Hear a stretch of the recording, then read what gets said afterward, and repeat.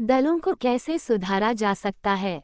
इन चुनौतियों का सामना करने के लिए जरूरी है कि राजनीतिक दलों में सुधार हो। ऐसे में सवाल यह उठता है कि क्या राजनीतिक दल सुधरने को तैयार हैं? अगर वे तैयार नहीं हैं तो क्या उन्हें सुधरने को मजबूर किया जा सकता है? दुनिया भर के नागरिक इन सवालों को लेकर परेशान हैं। ये ऐसे सवाल हैं जिनका जवाब आसान नहीं है। लोकतांत्रिक व्यवस्था में आखिरी फैसला राजनेता ही करते हैं जो विभिन्न राजनीतिक दलों का प्रतिनिधित्व करते हैं। लोग उनको बदल सकते हैं पर उनकी जगह फिर नए नेता ही लेते हैं। अगर वे सभी सुधरना नहीं चाहते हैं तो कोई उनको सुधरने के लिए कैसे मजबूर कर सकता है? आइए अपने देश में राजनीतिक दलों और इसके नेताओं को सुधारने के लिए हाल में जो प्रयास किए गए हैं या जो सुझाव दिए गए हैं उन पर गौर करें। विधायकों और सांसदों को दल बदल करने से रोकने के लिए संविधान में संशोधन किया गया।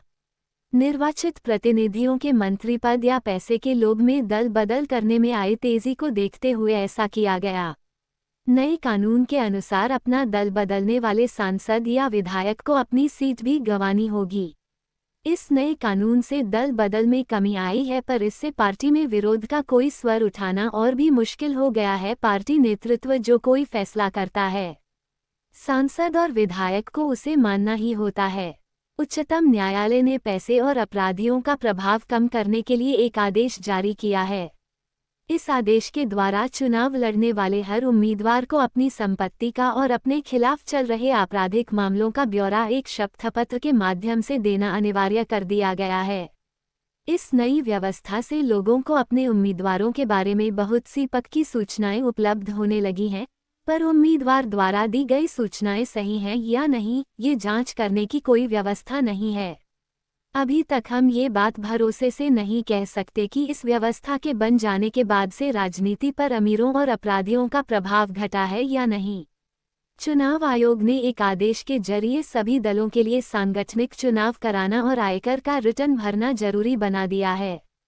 दलों ने ऐसा करना शुरू भी कर दिया है, पर कई बार ऐसा सिर्फ खानापुरी करने के लिए होता है।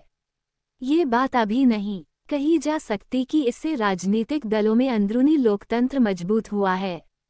इनके अलावा राजनीतिक दलों में सुधार के लिए अक्सर कई कदम सुझाए जाते हैं। राजनीतिक दलों के आंतरिक कामकाज को व्यवस्थित करने के लिए कानून बनाया जाना चाहिए। सभी दल अपने सदस्यों को सूची रखें, अपने संविधान का पालन करें, पार्टी में विवाद की स्थिति में एक स्वतंत्र प्राधिकारी को पंच बनाएं और सबसे बड़े पदों के लिए खुला चुनाव कराएं। यह व्यवस्था अनिवार्य की जानी चाहिए।